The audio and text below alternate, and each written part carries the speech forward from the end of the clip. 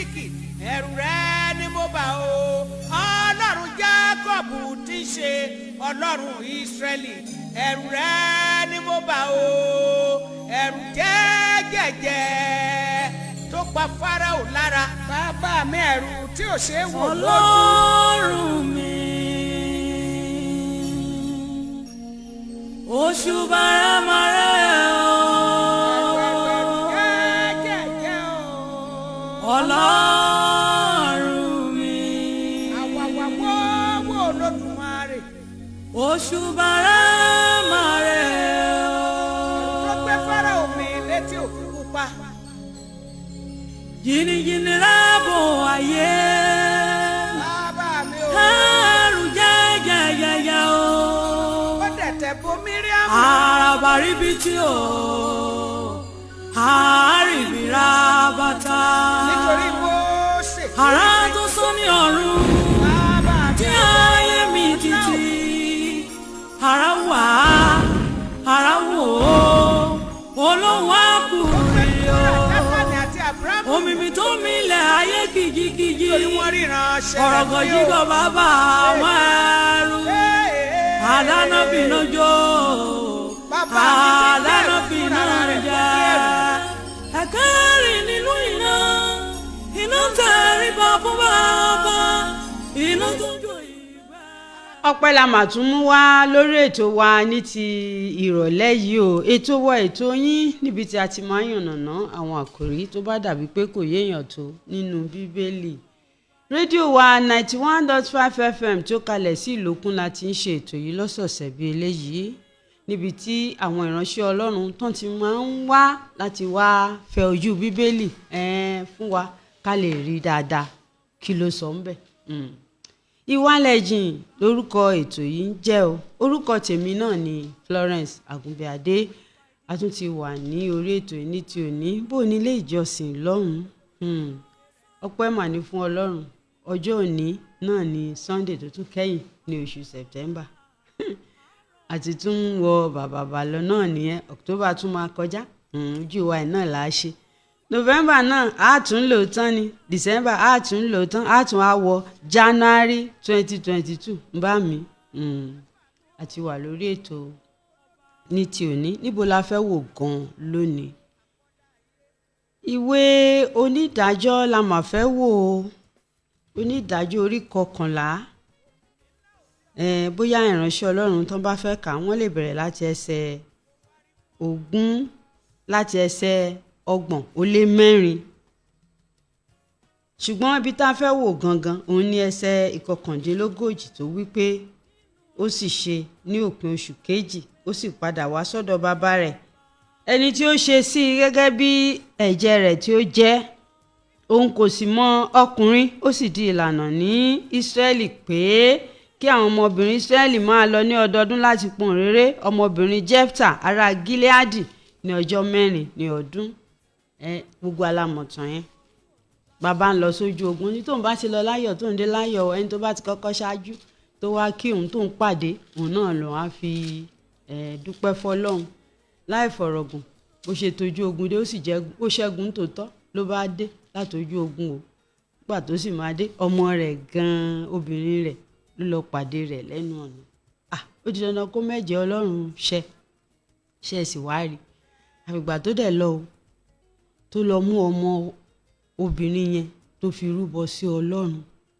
èmi wá wò ó pé ìgbà tó fẹ́ máa gé ọ̀fun ọmọ yẹn kó máa fi rúbọ yẹn ṣé Ọlọ́run ò tẹ̀lé kó ṣe bíi ti Ísákì pé rárá má ṣe bẹ́ẹ̀ mo kàn fi dán an wò náà ni àfìgbà tó kọ ọmọ yẹn o tó sì fi rúbọ tó fi san ẹ̀jẹ̀ téèyàn bá ronú jinlẹ̀ ńgbà míì á wò pé kí ni ibẹ̀ yẹn sọ kí ló yẹ ká mọ̀ ń bẹ̀ yẹn ìdí abájọ rèé o tá a fi wá pé àwọn ìránṣẹ́ Ọlọ́run wá sórí ètò Ọlọ́run ò kì í ṣòrìṣà o tán ti máa ń fi èèyàn rúbọ sí àbí nǹkan kan Ọlọ́run náà lọ́lọ́run á máa jẹ́ òun náà ló dá wa kí ló wá dé tẹ́pọ̀ ọmọ Jẹ́fítà náà ló fi rúbọ àbí ṣé kò tó gbéyẹ̀wò lónìí lórí ètò yìí àwọn ìránṣẹ́ Ọlọ́run tí wọ́n wà lórí ètò orúkọ wọn ni Simeon Òjó Ọlábìntán láti ìjọ Deeper Life Bible Church ní Adó Èkìtì. Dádì ẹ mà káàbọ̀ sórí ètò. Ẹ kú lé gbogbo ẹ̀yin olùgbọ́ olóòtú mo kí yín o. mo mọ̀ pé ẹ̀mí mọ́ máa ràn yín lọ́wọ́ lónìí o láti tú ibi yìí kó lè yé wa dáadáa àbí. Àgbà Ọlọ́run gbọ́ pé ẹ̀mí tí ó ti ọ̀rọ̀ náà lẹ́yìn yóò ràn wá lọ́wọ́ láti. ọkàn mi sọ fún mi pé ẹ ti múra wá láti ṣàlàyé ibẹ̀ yẹn kó yé wa torí ó dàbí pé kò fẹ́ yé wa tó. Ọlọ́run máa ràn wá lọ́wọ́. ó dà à ń bọ̀ ná ẹ jẹ́ kí a kọjá lọ sódì kejì fún ìpolówó ọjà. ó dẹ́rù ká gbogbo ẹ̀rù.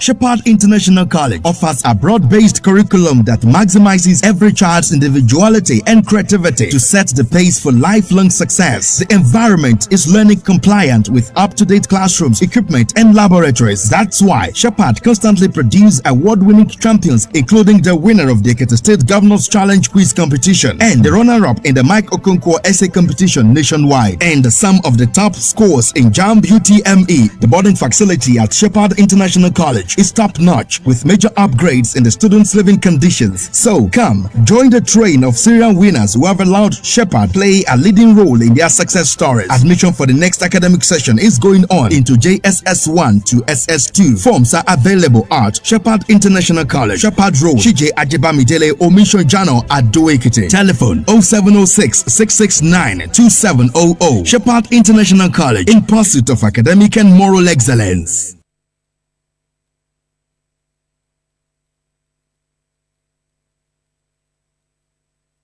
Sholayemi Bookshop at Zion House at Ado Ekiti calling.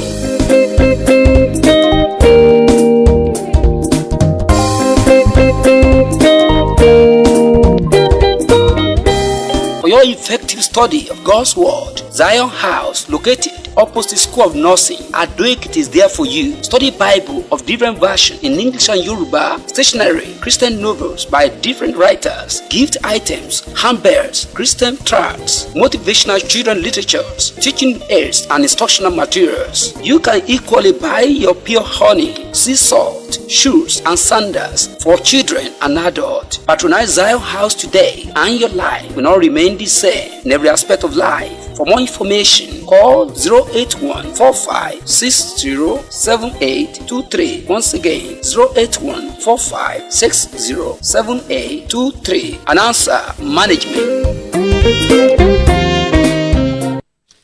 ẹ káàbọ̀ padà bàbá ẹ fi bẹ̀yẹn yé wa. ẹ̀yin náà ni ọ̀rọ̀ kan. Bàbá dúpẹ́ lọ́wọ́ yín torí pé ẹ fún wa ní ọ̀rọ̀ yín tí í ṣe ọ̀rọ̀ ìyè. Fún ara yín ẹ tàn mọ́lẹ̀ sí ọ̀rọ̀ yìí lọ́kàn àyà wa ní orúkọ Jésù. Gbogbo ibi tó ta kókó nípa ẹ̀mí yín ẹ túmọ̀ rẹ̀ kí ẹ sì fẹsẹ̀ wa múlẹ̀ nínú ìgbàgbọ́ ní orúkọ Jésù. Àmín. A dúpẹ́ nítorí pé ẹ ti gbọ́ ẹ ṣé Olúwa. orúkọ Jésù Kristi Olúwa wa. Àmín. Ibi kíkà wa òun náà ni ìwé àwọn onídàájọ́ láti orí 11. Mo kà á láti ẹsẹ̀ 34 sísàlẹ̀.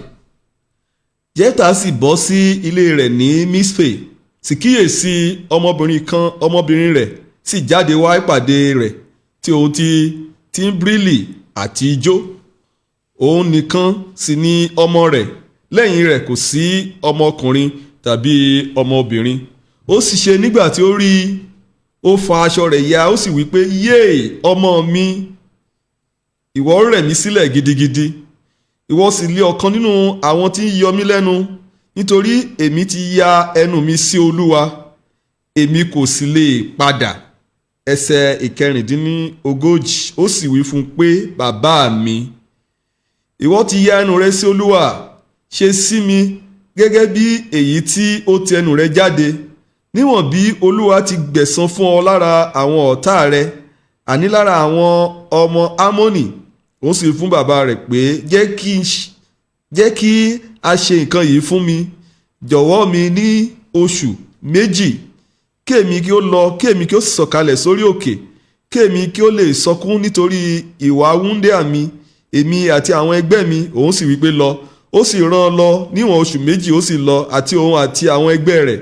ó sì sọkún nítorí ìwà wúńdíá rẹ̀ lórí òkè wọn nì.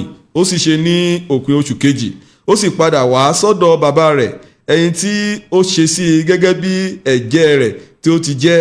Òun kò sì mọ ọkùnrin. Ó sì di ìlànà ní Ísírẹ́lì pé kí àwọn ọmọbìnrin Ísírẹ́lì máa lọlé ọdọọdún láti pohùnréré ọmọbìnrin Jẹ́fítà ará Gileadi ní ọjọ́ 4 ní ọdún. Bíbélì jẹ́ kó yé wa wípé àwọn ohun tí a ṣe àkọsílẹ̀ rẹ̀ nínú ìwé mímọ́, lórí pé ọ̀rọ̀ Ọlọ́run yìí ó jẹ́ ohun tí Ọlọ́run ti gbé káwájú wa láti tọ́ka wa, pàápàá wa tí a ti di àtúnbí tí a mọ Kristi, tí a sì ń lépa ìjọba ti Ọlọ́run. Ọ̀rọ̀ Ọlọ́run ni a fi ṣe amọ̀nà fún wa. Nínú ìwé Róòmù orí 15, mo sáré ka ẹsẹ̀ 4. Róòmù orí 15 ẹsẹ̀ 4 tó kà báyìí pé nítorí ohunkóhun tí a ti kọ tẹ́lẹ̀, a ti kọ ọ́ fún kíkọ́ wa, pé nípa sùúrù àti ìtùnú ìwé mímọ́ kí a lè ní ìrètí. Bó tilẹ̀ jẹ́ pé inú májẹ̀mú láéláé ni a wà ní àṣálẹ́ yìí, a rí i pé àwọn ohun tí a ń gbé yẹ̀wò níbẹ̀ ó ní í ṣe pẹ̀lú ìgbà ìsinsìnyí. A kẹ́kọ̀ọ́ nípa Jẹ́fítà tó jẹ́ ọkùnrin takuntakun, jagunjagun ni. Ó jẹ́ ará Gileadi. Ó jẹ́ ọmọ tí a bí láti ọwọ́, a lè sọ pé ọmọ àlè ní tá a bá fẹ́ lo èdè tiwa, pé ọmọ aṣẹ́wó ni ìyá rẹ̀. Ó jẹ́ ẹni tí a ti kọ̀ sílẹ̀. Ó jẹ́ onídàájọ́ lẹ́yìn tí àwọn tí Joshua ti lọ. Òun ni onídàájọ́ 10 tó jẹ ní Ísírẹ́lì. Ó sì ṣe ìdájọ́ fún odidi ọdún 6. Nínú àwọn nǹkan tó ṣẹlẹ̀ sí, nǹkan tó ṣe gbòógì ni òun náà nípa ẹ̀jẹ́ tí ó jẹ́. Ẹ̀jẹ́ náà ni tá a bá ń sọ nípa ẹ̀jẹ́, à ń sọ nípa ìlérí tí èèyàn ṣe, pàápàá nítorí pé mo fẹ́ rí nǹkan gbà lọ́wọ́ Ọlọ́run. Mo fẹ́ ní àwọn ẹ̀sìn àbáláyé gan ní ayé ìgbàanì, a rí pé ọ̀pọ̀lọpọ̀ wọ́n á lọ bá òrìṣà kan, wọ́n á jẹ́jẹ́ pé tó bá lè fún mi ní ọmọ yìí, màá fi ọmọ yìí màá fi rúbọ sí ọ. Àmì màá sọ orúkọ ọmọ yẹn báyìí báyìí, màá fi ọmọ yìí màá fi jì fún ọ. Èyí díje ta fi ń rí àwọn orúkọ tó farajọ Ifá, tó farajọ Ògún, tó farajọ oríṣiríṣi báwọn yẹn. Bákan náà ni níní sísìn Ọlọ́run alààyè. Kò ṣàjèjì wípé Jẹ́fítà ó jẹ́jẹ́ pé ohunkóhun ló lè jẹ́ pé kò fọkàn sí pé bóyá ó lè jẹ́ ọmọ òun. A rí i pé ọkùnrin yìí, gẹ́gẹ́ bí àkọsílẹ̀ ìwé mímọ́, ó dúró lórí ọ̀rọ̀ rẹ̀. Nígbà tó sì ti rí i pé lóòótọ́ ohun tóun ti sọ fún Ọlọ́run nìyí, ifá rẹ̀ ò pohùn dà, ó dúró sórí òtítọ́ yẹn. Ó ṣe ohun tó jẹ́ pé ó ti jẹ́jẹ́ fún Ọlọ́run. Àpẹẹrẹ ni èyí jẹ́ fún àwa onígbàgbọ́ lónìí, wípé kí a jẹ́ akíkanjú ní ṣíṣe ìfẹ́ ti Ọlọ́run. Nígbà mìíràn ìfẹ́ Ọlọ́run lè má rọrùn, ṣùgbọ́n kí a jẹ́ akíkanjú. Tí a bá jẹ́ Kìrìsìtẹ́nì ní tòótọ́, tí a ti di ọmọ Ọlọ́run, à ń pè wá sí ìpele ìgbàgbọ́, nítorí pé èyí la rí nínú ayé bàbá wa Ábúráhámù, tó lè fi ọmọ rẹ̀, a tẹ̀lé sọ pé Ábúráhámù ti fọmọ yẹn rúbọ ni, torí pé ó ti wá láti inú ọkàn rẹ̀, ó ti ṣe é. Bó lè jẹ́ pé kò tí ì fi ọ̀bẹ sí i lọ́rùn, Ọlọ́run rí ọkàn rẹ̀ wípé ẹni yìí ó ti fi ìgbàgbọ́ hàn. Nítorí náà à ń pè wá láti jẹ́ ẹni tó ní ìgbàgbọ́ náà, torí pé Ábúráhámù gbàgbọ́ wípé tóun bá ti ẹ̀dúnbú ẹ̀ gan, Ọlọ́run gan lè jí dìde. Bákan náà ni nígbà tí ọ̀rọ̀ ti dojú káàtì àṣẹ yìí sí o, bí èdè ra lẹ́kìtì, ọmọ rẹ̀ òun ló wá pàdé ẹ̀. A rí i pé síbẹ̀síbẹ̀ Jẹ́fítà ó dúró lórí ẹ̀jẹ́ tó bá Ọlọ́run jẹ́, pé tọ́lọ́run bá lè ṣẹ́gun fóun. Mélòó ni wa lónìí tí a ó bẹ Ọlọ́run, Olúwa ṣe lè fún mi, Olúwa ṣe tọ̀hún fún mi. Lẹ́yìn tọ́lọ́run bá ṣe tán, ẹlòmíì ó lè jẹ́jẹ́ 10%. Nígbà tó bá jẹ́jẹ́ 10% tán, tọ́lọ́run bá bùkún, owó yẹn lè wá bù mọ́ lójú, torí pé owó yẹn wá pọ̀. A máa sọ kábàkàbà, a lọ máa gba ìmọ̀ràn tí a ò nílò mọ́, láṣẹ lọ máa bá olùṣọ́ àgùntàn báyìí. Àwa máa wá ọ̀nà láti yẹ ẹ̀jẹ́ yẹn, ṣùgbọ́n a rí i pé ọkùnrin yìí Jẹ́fítà tí ẹ ò rí bẹ́ẹ̀ o. Ọlọ́run fún ní ìṣẹ́gun. ó sì dúró lórí ẹ̀jẹ́ tí ó bá Ọlọ́run jẹ́. Torí náà a ti fún wa ní oore ọ̀fẹ́ àti àǹfààní láti wá sí ìpele ìgbàgbọ́ tó ga. Òun lálẹ́ ẹ̀kọ́ tá a lè rí kọ́nu ayé Jẹ́fítà ní àṣálẹ́ yìí òun nìyí. Ọ̀pọ̀lọpọ̀ wa ń sọ wípé báwo lèèyàn ṣe lè fi ọmọ rẹ̀ rúbọ gẹ́gẹ́ bí ọ̀rọ̀ Ọlọ́run. Lóòótọ́ nígbà mìíràn tá a bá ka Bíbélì àwọn bòmíì á dàbẹ́ ni pé ó fẹ́ ta kókó. A rí wípé àwọn mìíràn wọ́n máa ń rò wípé irú ibẹ̀ yẹn ó yẹ kéèyàn fò kó lọ sí àwọn ibi tó dùn tó yé wa tó wà lókodoro. Bẹ́ẹ̀ wọ́n gbàgbé wípé ìwé mímọ́ ló máa ń tan ìmọ́lẹ̀ sí ìwé mímọ́. Tá a bá farabalẹ̀, tá a bá jẹ́ akẹ́kọ̀ọ́ lójoojúmọ́, tí a jẹ́ onígbàgbọ́ tí a ń ṣe àkókò dákẹ́jẹ́ wa, tí a ń wálẹ̀ jìn, irú àwọn ètò tí iléeṣẹ́ yìí tó ń gbé kalẹ̀ yìí, tí a ń tẹ́tí sí, tí a ń béèrè, tí a ń gbàdúrà, tí a ń tẹ́tí sí ẹ̀mí Ọlọ́run, a rí pé àwọn ibi tó dàbí tó ta kókó Ọlọ́run máa tan ìmọ́lẹ̀ sí. Nítòótọ́ ọkùnrin yìí ó jẹ́jẹ́ ó sì mú ẹ̀jẹ́ rẹ̀ ṣẹ. Ẹ̀kọ́ tí a rí kọ́ lára ẹ̀ náà ni pé ó yẹ kí a jẹ́ olóòótọ́, ká dúró lórí òtítọ́ ọ̀rọ̀ wa, àti wípé ọmọbìnrin Jẹ́fítà bákan náà kò jáǹpátá pẹ̀lú bàbá rẹ̀. Ìyẹn tó fi wá wípé àwọn ọmọ tí a bá bí ẹ jẹ́ ká kọ́ wọn nílànà ti Ọlọ́run. Bí Ísákì ò ṣe lè gbá ojú bàbá rẹ̀, ó lè jẹ́ pé ọ̀dọ́ ni, bẹ́ẹ̀ náà ni ọmọbìnrin yìí ó rẹ ara rẹ̀ sílẹ̀, ó sì gbà fún bàbá rẹ̀ láti ṣe ohun tí ó ti jẹ́jẹ́ fún Ọlọ́run. Ó gbà ládùúrà wípé oore ọ̀fẹ́ láti jẹ́ akíkanjú tó ń wo ìran ọjọ́ ọ̀la. Bíbélì sọ wípé torí ohun tí a gbé kawájú Jésù Olúwa wa, ó fara da ikú àgbélébùú, ó sì kú. Mo gbàdúrà wípé gẹ́gẹ́ bí onígbàgbọ́ a ó jẹ́ olóòótọ́ títí dé òpin ìrìn àjò wa ní orúkọ Jésù. Àmín. Ó dá ìránṣẹ́ Ọlọ́run ẹ kú àtúntònù láti nǹkan. Gbogbo ohun tó kọ́ wa lẹ ti sọ yẹn ó sì yé wa. Ohun tí mo wá fẹ́ béèrè ni pé ṣó yẹ kí Ọlọ́run wá gba ọmọ ẹ̀? Ẹ sọ̀rọ̀ àwọn òrìṣà kan lẹ́ẹ̀kan pé wọ́n máa fún wọn lọ́mọ, wọn á dẹ̀ máa ṣó ti yé yín bẹ́ẹ̀ ṣe sọ. Ṣó wá yẹ kọ́lọ́run odidi ọmọ tó dẹ̀ jó nìkan ni ó bí? Ṣó yẹ kán wá fi èèyàn kán tó fi rúbọ ọpẹ́ sí Ọlọ́run tó jẹ́ èèyàn gan-an tí a dá tó lójú tó nímú tí òun ṣe wúrẹ́? A fẹ́ dáhùn ìbéèrè yẹn ní kíka Jòhánù orí 3 ẹsẹ̀ 16.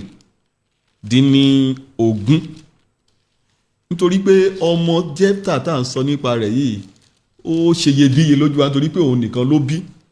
Ṣùgbọ́n kì í ṣe ohun tuntun tá a bá wo Bíbélì wípé Jòhánù orí 3 ẹsẹ̀ 16 ó ní nítorí Ọlọ́run fẹ́ aráyé tó bẹ́ẹ̀ gẹ́ tó fi ọmọ bíbí rẹ̀ kan ṣoṣo. A lè fàlà sí yẹn ní Bíbélì wa, ọmọ kan ṣoṣo fún ni. Ìyẹn ni pé ó fi fún wa, ó kú lórí àgbélébùú, ó fi rúbọ. Bẹ́ẹ̀ náà ni ohun tí Jẹ́fítà ṣe, ó fi hàn wá wípé tá a bá sọ pé òfin Mósè gan mẹ́wẹ̀ẹ̀wá, ohun àkọ́kọ́ bẹ̀ ni pé ìwọ kò gbọdọ̀ ní Ọlọ́run mìíràn pẹ̀lú mi. Ohunkóhun tó bá ṣe iyebíye sí wa nínú ayé yìí tó bá ju Ọlọ́run lọ, ó ti di òrìṣà. Nítorí náà Ọlọ́run ló fún lọ́mọ, Ọlọ́run ló fún wa lọ́mọ lónìí. Tọ́lọ́run náà bá tó wá béèrè, kò ṣẹ̀ṣẹ̀ ń bẹ̀. Tàbí ìgbà tá a ra bisikíìtì fọ́mọ ni, bisikíìtì yẹn a rà fún wa tó ń béèrè lọ́wọ́ ẹ̀ pé kó fún wa, a ní owó tá a fi lè rà míì fún. So ohun tí Ọlọ́run béèrè, Ọlọ́run ò kì í dán yàn wò, ó máa ń fẹ́ ran ìgbàgbọ́ wa lọ́wọ́, á fún wa ní àǹfààní láti ṣe ìdánwò kí a lè lọ sí ìpele tó ga. Ohun tí mo lè fi ṣe àkàwé ọ̀rọ̀ yẹn nìyí. Ó dáa, a máa ṣe ojú òpó lẹ̀. Ẹ̀yin tẹ́ ń gbọ́ wa bóyá kò tí ì yé yín tó, ẹ lóore ọ̀fẹ́ láti béèrè ìbéèrè. Nọ́mbà tí ẹ ó máa pè sí báyìí ni 08065226145 08065226145. Ẹ já kọjá sódì kejì náà, à ń bọ̀, tá a bá wá padà dé a ó máa gba ìpè. Shepherd International College offers a broad-based curriculum that maximizes every child's individuality and creativity to set the pace for lifelong success. The environment is learning compliant with up-to-date classrooms, equipment, and laboratories. That's why Shepherd constantly produces award-winning champions, including the winner of the Ekiti State Governors Challenge Quiz Competition and the runner-up in the Mike Okonkwo Essay Competition nationwide, and some of the top scores in JAMB UTME. The boarding facility at Shepherd International College is top-notch with major upgrades in the students' living conditions. So come, join the train of serial winners who have allowed Shepherd play a leading role in their success stories. Admission for the next academic session is going on into JSS 1 to SS2. Forms are available at Shepherd International College, Shepherd Road, Chije Ajibamidele, Omission Jano at Ekiti. Telephone 0706 669 2700. Shepherd International College, in pursuit of academic and moral excellence. ẹ káàbọ̀ padà nọ́mbà tí a máa pè sí báyìí 08065226145 ẹ má jẹ́ kí àfàkókò wa ṣòfò ẹ já lọ sí orí ìbéèrè wa kánkán 080 hello. ẹ máa sálẹ̀ ẹ kúrò lẹ́wọ̀n. ẹ káàbọ̀ sórí ètò orúkọ yín láti bo lẹ ti ń pè. mo kí bàbá mo jẹ́ kẹ́yìn náà o. ẹ ṣé. Honorable Manager ni ló sọ̀rọ̀ láti Bígèdè. ẹ ṣé. Bàbá ẹjọ́ sà mo fẹ́ bèrè question kan ni. Bíbélì sọ wípé ó ní a ó ṣe àánú fún àwọn tí àánú yẹ fún. Ẹ ṣàmúrí ọ̀rọ̀ tí ó ṣẹlẹ̀ nípa Jẹ́fà àti Ábúráhámù yìí. Ṣé kò ní pé Ábúráhámù rí àánú gbà? Ẹ tún máa wo ọ̀rọ̀ tí kí náà fi ń po orúkọ ẹ̀ ti Júdásì àti Peter. Ṣé kò ní pé Peter náà rí àánú gbà? Báwo lè ṣe rí ọ̀rọ̀ yìí sí bàbá? Àǹfààní kan náà ni gbogbo wa tí a wà láyé lónìí ní láti rí àánú gbà. Ẹnikẹ́ni tó bá ti ṣe àwọn nǹkan tó yẹ fún àmúyẹ dandan ni kó rí àánú gbà. Ọ̀rọ̀ Ọlọ́run jẹ́ kó yé wa wípé Ọlọ́run kò fi ìlérí rẹ̀ jáfara, ṣùgbọ́n ó fẹ́ kí gbogbo ènìyàn kí ó wá sí ìrònúpìwàdà. Ẹnikẹ́ni tó bá wá sí ìrònúpìwàdà lónìí ó dáni lójú wípé Ọlọ́run ò ní tánù. tó téèyàn kan bá ń fẹ́ àánú kó béèrè pé kí lọ́lọ́run gan fẹ́. Ó ní a ti fi hàn ọmọ ènìyàn ohun tí Ọlọ́run ń béèrè lọ́wọ́ wa òun náà ní ìrònúpìwàdà. Ní ìgbà tiwa yìí o àkókò rẹ̀ ọ̀fẹ́ ni tó bá lè ronúpìwàdà. Ọlọ́run sọ kò kọ orúkọ àwọn kan wípé àwọn yẹn ló máa ṣègbé. Ó fẹ́ kí gbogbo ènìyàn ó ronúpìwàdà. Ó ní ìgbà ìmọ̀ ni Ọlọ́run ti fojú fò dá, ṣùgbọ́n nísinsìnyí ó fẹ́ kí gbogbo ènìyàn kó wá sínú ìrònúpìwàdà. 08065226145 orí ètò ìwàlẹ̀ jìun náà ni a wà ní rédíò wa 91.5 FM tí ó kalẹ̀ sí Ìlókun ní Àdó Èkìtì. Ohun tí à ń wò lónìí òun náà ni ìwé onídàájọ́ orí 11 ẹsẹ̀ 30. Hello. Ẹ̀rẹ́ ẹ̀kọ́ lè máa. Ẹ káàbọ̀ sórí ètò. Ẹ kú iṣẹ́ Olúwa. Olúwa ń ṣiṣẹ́ rẹ̀. Olúwa tàbí àjọ̀tún. Ẹjọ́ máa jọ sáyẹn pé mo kàn fẹ́ sọ wípé téèyàn bá wá ní challenge tó wo orí ẹ̀jẹ̀ tó máa jẹ́ because Ọlọ́run máa ṣe ìyanu yẹn fún. Tọ́lọ́ bá dé ṣe tó bá ti jẹ́jẹ́ tó lágbára èso onífẹ́kọ̀tò ẹ̀jẹ̀ yẹn wàhálà dẹ̀ máa wà ń bẹ̀. Because bí wọ́n jẹ́ téèyàn máa ń jẹ́jẹ́ tó ju kéèyàn jẹ́jẹ́ kó má sọ lọ bó ṣe yé mi lè ṣe ta. Ẹ ṣeun ó dáa àbí ṣé ìyẹn náà bọ́ sójú ẹ̀ pé kéèyàn máa wo ẹ̀jẹ̀ tí ó jẹ́ o kó má lọ jẹ́jẹ́ kọjá agbára rẹ̀ torí nǹkan tí ó ń béèrè yẹn Ọlọ́run á ṣe. Hello, ẹ káàbọ̀ sórí ètò. Ẹ kálẹ́ mọ́. Ẹ ṣeun orúkọ yín láti bọ́lẹ̀ tí ń pè. Ẹ ṣeun kú Wálé bó ní ilé ìjọsìn lónìí. Adúpẹ́lẹ́ Ọlọ́run. Ẹ ṣe kí ni ìbéèrè yín. Ọlọ́run jẹ́ kí àjọ àwọn ọgbà o. Àmín o. Ẹjọ́ fẹ́ béèrè lọ́wọ́ bàbá wa wọ̀nyẹn. Bàbá yẹn kí ni rísìn tó fi ráàmù pé Ọlọ́run pé ó dá Bárábà sílẹ̀ pé ó mú Jésù Kristi pé ó kàn mọ́gi. Ìyẹn wà ó kékeré ní rísìn pé wọ́n ní bàbá Jésù àjàrà pẹ́yìn kan àwọn ọmọ ẹ̀ láti ràn kíní sí dídé ìran kẹta. Ẹ yé sà kí ni bàbá ṣe láì bẹ̀rẹ̀ tó fi ráàmù pé bàbá fi ráàmù pé ọmọ á jẹ ìyá bàbá tó wà ní ibẹ̀ yóò tí ì yé mi. Bóyá ní ti jẹ́tà báyìí ó ṣe mọ̀ bàbá ló jẹ́jẹ́ ọmọ ló wá kú àbí.